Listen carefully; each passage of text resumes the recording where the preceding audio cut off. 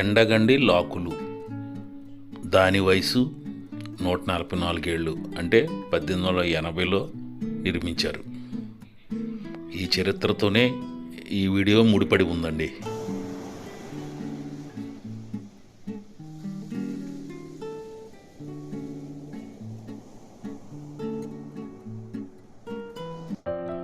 నమస్తే అండి. నా వీడియోలు బాగానే చూస్తున్నారు, చాలా థ్యాంక్ యూ. సబ్స్క్రైబ్ బాగా చేస్తే చాలా మంచి మంచి వీడియోలు రాబోయే రోజుల్లో పెట్టబోతున్నాను. ఎండగండి గ్రామానికి సంబంధించి ఈరోజు 3వ పార్ట్ అండి. ఈ పార్ట్తో ఎండగండి సిరీస్ ముగుస్తుంది. ఎందుకంటే ఈ పార్ట్ చాలా ముఖ్యమైనది.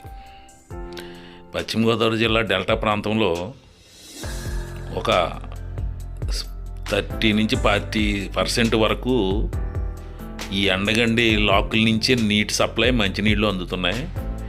ఈ లాకు చరిత్ర ఎప్పటిది కాదు, ప్రస్తుతానికి 144 సంవత్సరాల చరిత్ర ఉంది. అంటే 1880లో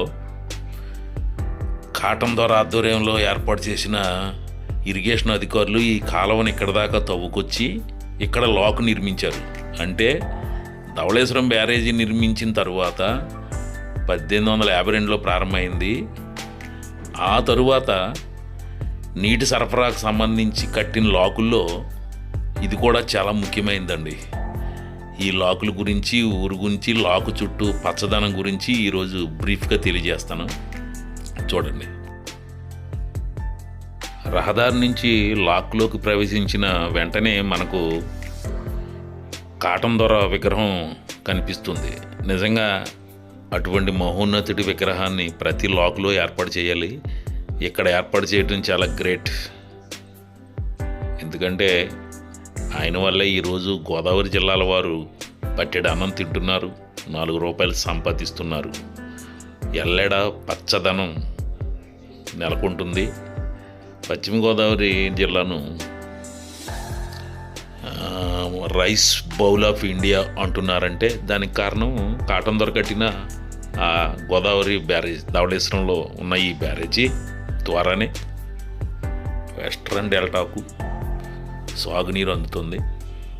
ఇట్లాంటి లాకుల ద్వారా అన్ని ప్రాంతాలకు సాగునీరు బ్రాంచ్ కెనాల్ ద్వారా అందుతోంది. వ్యవసాయం చేయడంతో పాటు ప్రజలు కడుపార మంచినీళ్ళు తాగటానికి కూడా ఇటువంటి లాకులు ఎంతగానో ఉపయోగపడుతున్నాయని వేరే చెప్పనక్కర్లేదు. ఇక ఈ ఎండగండి లాకు చాలా పురాతనమైందని తెలుస్తుంది కదా. ఇక్కడి నుంచి అనేక బ్రాంచ్ కెనాల్స్ వెళ్తాయి. ఆ రోజుల్లో ఇక లైట్ పెట్టుకోవటం కావాలి ఈ స్తంభం. ఈ స్ట్రక్చర్ అంతా ఇలా ఓల్డ్ స్ట్రక్చర్ ఇప్పటికీ అలా బలంగా నిలబడిందంటే ఇది చాలా గ్రేట్. ఎందుకంటే ఇప్పటి నిర్మాణాలు 40-50 ఏళ్ళతోటికి శిథిలమైపోతున్నాయి, పాడైపోతున్నాయి. కానీ ఆ రోజుల్లో పటిష్టంగా నిర్మించే లాకు ఇది. ఈ లాకు నిజంగా ఎండగండి గ్రామానికి ఒక పెట్టని కోటలాంటిది. ఎందుకంటే ఈ గ్రామానికి పేరు రావడానికి కూడా ఈ లాకు చాలా ముఖ్య పాత్ర వహిస్తుంది. అదిగో ఆ రోజుల్లో వేసిన 1880 సంవత్సరం శిలాఫలకం ఇదండి. ఎండగండి లాకు చరిత్రలో ఒక ఘట్టం. ఇక ఈ లాకు తలుపులు ఇవన్నీ చూద్దామండి. ఇది ఫస్ట్ తలుపు, వెనకాల మరో తలుపు ఉంది, అవన్నీ చూద్దాం.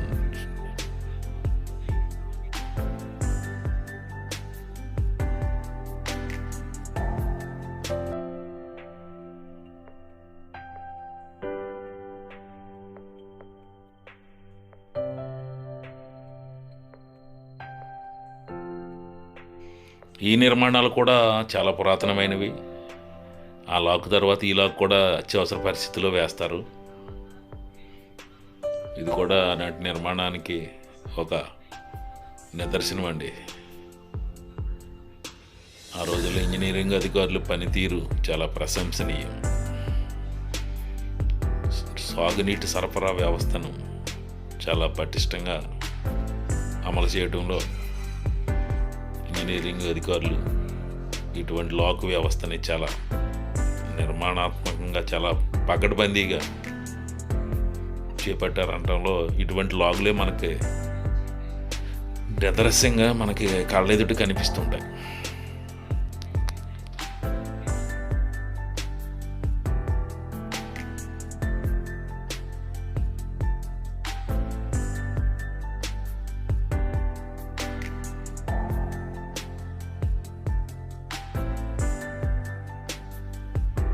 ఈ కాలువ వ్యవస్థకు సందర్భంగా అవుట్లెట్లకి కాలువలకు నిర్మించిన వంతెనలు కూడా ఆనాటివే. ఇది ప్రధాన అవుట్లెట్, అంటే ఈ కాలువ పొంగినప్పుడు నీరు ఎనమదుల్లోకి వెళ్ళటానికి నిర్మించిన వియర్ ఛానల్ అనుకోవచ్చు. అవుట్లెట్ అనమాట. ఈ నీళ్ళు ఎత్తితే ఈ నీళ్ళు చివరికి అందులోకి వెళ్ళిపోయి ఇక్కడ వరద ముప్పు తగ్గుతుంది. ఎప్పుడో కానీ అత్యవసర పరిస్థితిలో దీన్ని వినియోగిస్తారు. దీనికి సంబంధించి ఇక అవుట్ ఫాల్స్ నిర్మాణం కూడా ఏనాటిదో చూడండి. ఈ నిర్మాణం కూడా 140 ఏళ్ళ కిందటిదే. దీన్ని లాంగ్ షాట్లో చూపిస్తాను చూడండి. ఇదండి నిర్మాణం ఇందాక అవుట్లెట్ది.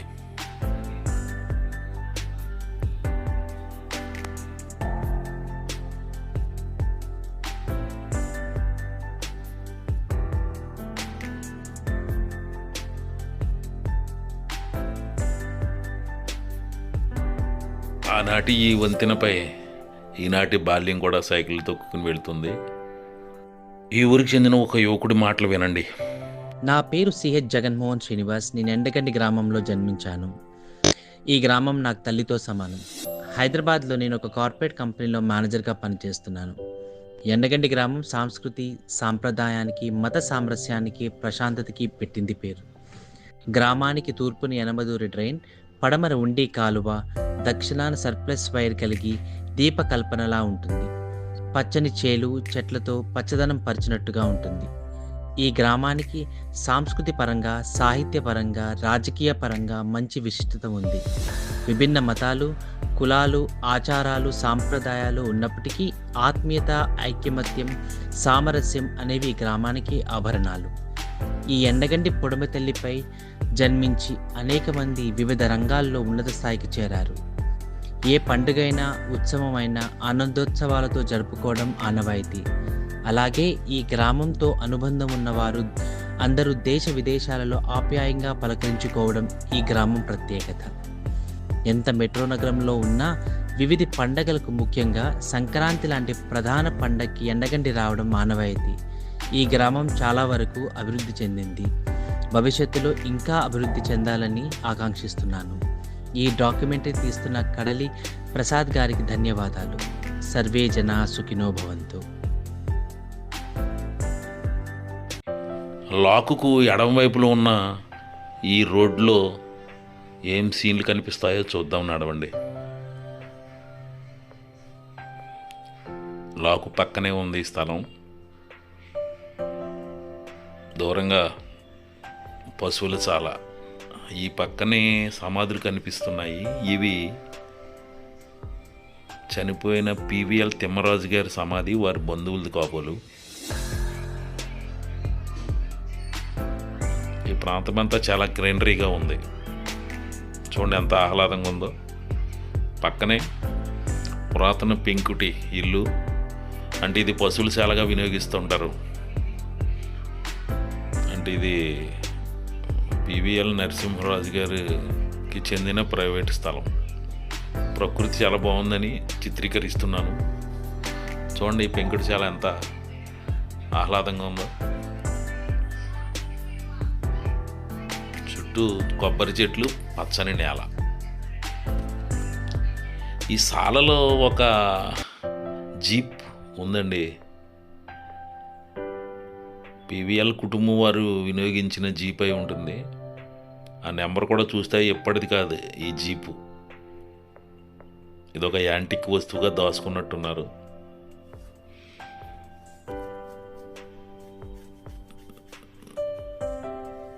ఇక్కడ దీన్ని భద్రపరిచారు. అలా ఈ ప్రకృతిని చూసుకుంటూ ఎదరికి నడిస్తే చాలా పచ్చదనం కనిపిస్తుంది. ఇది లాకులు పక్కనే ఉన్న పచ్చదనం. అంతా లాకులు మహత్యం. ఇక్కడ చేపల చెరువులు ఉన్నాయి.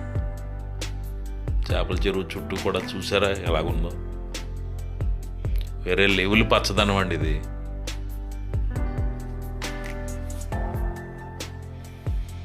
ఈ చెరువులో ఆక్సిజన్ కోసం ఏరియేటర్లు తిప్పుతున్నారు. ఇందులో ఒక బిట్టు మొన్న కూడా చూపించాను, కానీ ఇప్పుడు ఈ స్థలం గురించి చెప్పాలి కాబట్టి మళ్ళీ ఆ వీడియో మొక్క ఇందులో జత చేశాను. ఆక్సిజన్ కోసం ఇలా ఏరియేటర్లు తిప్పుతూ ఉంటారండి. ఇదొక క్లైమేట్. ఆక్వా సాగులు, ఇవన్నీ సాగులు మెలకువలు.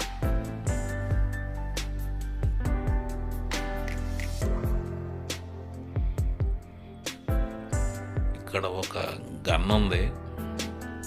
అది బహుశా పక్షులను కాల్చడానికి చిన్న చిన్న బుల్లెట్లు వాడుతూ ఉంటారనమాట. చూడండి వాతావరణం ఎంత ఆహ్లాదంగా ఉందో. లాకు పక్క నుంచి కాలువగట్టుకు వెళితే ఈ సీన్ కనిపిస్తుంది. చూడండి, లాకు కింది భాగం ఇది. ఒక చెట్టు, పురాతన చెట్టు, అవతల పక్కన నిద్రగన్నేరు, చక్కటి పచ్చిక బయలు మధ్య కంకరతో ఒక దోవ. ఎంత బాగుందో చూసారా సీను. సూర్యోదయం కిరణాలతో ఇది ఒక రకమైన వాతావరణం కనిపిస్తుంది. చూడండి, పచ్చని రహదారి, గోదావరి జలాలతో ప్రవహించే కాలువ. ఇట్లాంటి దృశ్యాలు చూసే కళ్ళు అదృష్టం. లాకుల గురించి ఊరోళ్ళ మాటలు వినండి.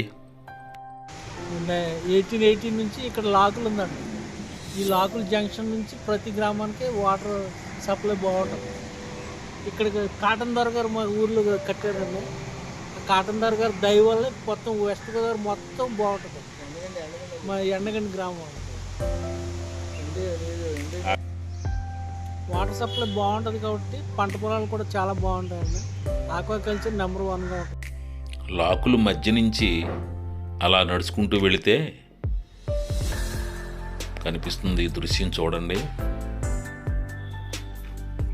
ఇది కూడా రెండు వైపులా పచ్చదనం. ఇక్కడ వంతెన పైనుంచి దిగువకు వెళితే, అంటే ఇక్కడ రెండు వైపులా కాలం ఉంటుంది, ఆ వాతావరణం ఏంటో చూద్దాం.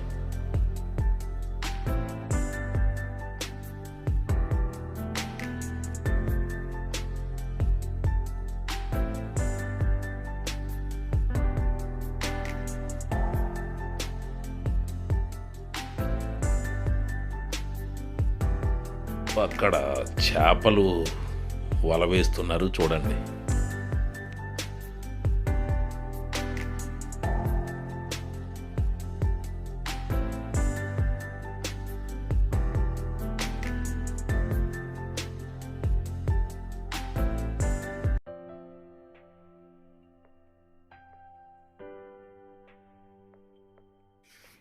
చూసారా ఈ వాతావరణం? ఎవరో ఇక్కడ పశువులు మేపుకుంటున్నారు, పర్వాలేదు. కొబ్బరి చెట్టు, మామిడి చెట్లు చూడండి. దాని పక్కనే కాలువ, అవతల మెయిన్ రోడ్డు. ఆ దూరంగా కుడివైపుని కనిపిస్తుంది చూడండి, అది మెయిన్ రోడ్డు. లాకులు వాతావరణం ఎంత పచ్చగా ఉంటుంది. కొబ్బరి చెట్లు భలే కనిపిస్తాయండి ఇట్లాంటి దృశ్యాలు. పెద్ద మాట వినండి. నా పేరు కన్నా శివనారాయణ. మాది ఎండగండి గ్రామం, ఉండి మండలం. మా గ్రామానికి సంబంధించినటువంటి కొన్ని విషయాలు చెప్పాలని మేము ముందుకు వచ్చాను. మా గ్రామం పునాది యాదవులు సంబంధించి ఈ గ్రామానికి పునాది వేశారు. తర్వాత క్షత్రియ కమ్యూనిటీ నుంచి మంతిని వారు వచ్చి ఈ గ్రామాన్ని అభివృద్ధి పరిచారు. అలాగే మా శివాలయంలోని పురాతనమైనటువంటి శివాలయ ధ్వజస్తంభాన్ని కూడా యాదవులే నిర్మించారు. అలాగే మా గ్రామానికి ఉన్నటువంటి కట్టుబాటు చాలా మా చిన్నతనంలో చాలా గొప్పగా ఉండేది.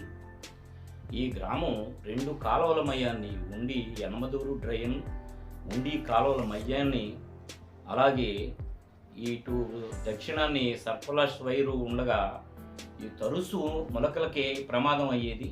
అప్పుడు కలిసికట్టుగా ఈ గ్రామ ప్రజలందరూ కలిపి ఈ గ్రామాన్ని కాపాడుకునేవాళ్ళం. అలాగే ఈ గ్రామానికి మంచి గుర్తింపు ఉన్నది. ఉదాహరణకి చిన్న విషయం చెప్తాను. పక్క గ్రామంలో ఎవరన్నా వెళ్ళి ఏ సైకిల్ తోటన్నా ఎవరన్నా గుద్దితే వాళ్ళని కొడతారు, ఎదురు తిరిగి దెబ్బలాడతారు. అలాగే అదే మా గ్రామంలో పొరపాటుగా పొరుగురు వ్యక్తి వచ్చి మా గ్రామంలో ఎవరినన్నా గుద్దితే మా గ్రామంలో ఉన్నటువంటి వాళ్ళని తిట్టి పొరుగురు వాళ్ళని షేప్ చేసి మీరు వెళ్ళిపోండి నాయనా అని పంపిస్తారు. అంత మంచి గ్రామం మా గ్రామం. అలాగే ఈ గ్రామం చాలా రాజకీయ చైతన్యం నింపుకున్నటువంటి గ్రామం. ఈ గ్రామంలో మహానుభావులు పెద్దలు మనకి జోగిరాజు గారు, అలాగే పెనిమిచ్చి తిమ్మరాజు గారు సమితి ప్రెసిడెంట్లు చేశారు. ఈ గ్రామ అభివృద్ధికి ఎంతో పాటుపడ్డారు. కోఆపరేటివ్ బ్యాంకులు, అలాగే జూనియర్ కాలేజీ, హై స్కూలు అనేక కార్యక్రమాలు చేసి ఒక మండల స్థాయికి తీసుకెళ్లేరు ఈ గ్రామాన్న మహానుభావులకి నమస్కారం. అలాగే ఈ మధ్య చెరుకువాడ శ్రీరంగనాగరాజు గారు మాజీ మంత్రివర్యులు, అలాగే పెనిమిచ్చ నరసింహరాజు గారు భీమవరం ఎమ్మెల్యే చేశారు. అలాగే 3 టైమ్స్ చేశారు ఆయన. అలాగే ఈ మధ్యకాలంలో ఉండి ఇన్ఛార్జ్ చేసిన పివిఎల్ నరసింహరాజు గారు డిసిసిబి చైర్మన్ కూడా చేశారు ఈ మధ్య. అలాగే ఈ గ్రామానికి రాజకీయ చైతన్యం నుంచి ఫస్ట్ని ఈ గ్రామ కమ్యూనిస్టు పార్టీ జిల్లాలో 2వ శాఖగా మాకినేని బసవ పున్నయ్య గారు, కొత్తలపల్లి సుందరయ్య గారు, ఓడూరు మొదటి గ్రామం అయితే ఇది 2వ గ్రామం. ఈ 2వ గ్రామంగా సెలెక్ట్ చేశారు. కమ్యూనిస్టు పార్టీకి పెట్టని కోట ఈ గ్రామం. అలాగే ఈ గ్రామంలో నా పొలిటికల్ ప్రస్థానం 1987 నుంచి 18 సంవత్సరాలు పంచాయతీ బోర్డు మెంబర్స్ చేశాను. అందులో 6 సంవత్సరాలు వైస్ ప్రెసిడెంట్ చేశాను. అలాగే ఈ గ్రామానికి కావలసినటువంటి యువజన సంఘాలు పెట్టి అక్షర ప్రాజెక్ట్ డైరెక్టర్ గారు చేత ఈ గ్రామాన్ని మేము మొత్తం ఈ స్టేట్ మొత్తానికి 4 సంవత్సరాలు వయోజన విద్యా కేంద్రాలు నడిపినటువంటి ఈ గ్రామానికి మంచి గుర్తింపు తీసుకొచ్చాం. అలాగే యువజన సంఘం తరఫున ఈ గ్రామంలో అనేక అభివృద్ధి కార్యక్రమాలు చేసాం. ఇంకా చేయవలసినవి ఉన్నాయి. జన విస్తరణ పెరుగుతుంది కాబట్టి మంచినీటి చెరువు సరిపోవట్లేదు. ఈ నాయకులు గుర్తించి ఈ గ్రామాన్ని నీటి కొరత నుంచి, అలాగే ఫ్లడ్ వచ్చినప్పుడు గ్రామంలోకి వస్తుంది, డ్రైన్స్ బాగు చేసి, అండర్ టనెల్స్ బాగు చేసి ఈ గ్రామాన్ని ఈ మొలకల నుంచి రక్షించాలని, అలాగే తాగునీటిని విప్పించాలని మనస్ఫూర్తిగా కోరుతూ, అలాగే సాహితీపరంగా కూడా ఈ గ్రామానికి మంచి పేరుంది. ఈ గ్రామంలోని తనికెళ్ళ శ్రీరామూర్తి గారని ఆయన మనకి యజుర్వేద పితామహులు అనేవాళ్ళం మేము. అలాగే జంట కవులు ఉండేవారు ఈ గ్రామంలోని. అలాగే దివాకర్ల తిరుపతి శాస్త్రి, వెంకటావధాని గారు ఈ గ్రామం వాసులయ్యి తిరుపతి ఆస్థాన కవులయ్యారు. అలాగే ఈ గ్రామానికి సంబంధించినటువంటి అనేకమైనటువంటి విషయాల్లో మంచినీటి సమస్య తీర్చాలని మేము కోరుతున్నాం. ధన్యవాదాలు తెలుసుకున్నాం. చూసుకారు కదండి ఎండగండి ఊరు చారిత్రాత్మక లాకుల గురించి. ఈ వీడియోని తప్పనిసరిగా సబ్స్క్రైబ్ చేసి షేర్ చేస్తారని కోరుతున్నామండి. నమస్తే.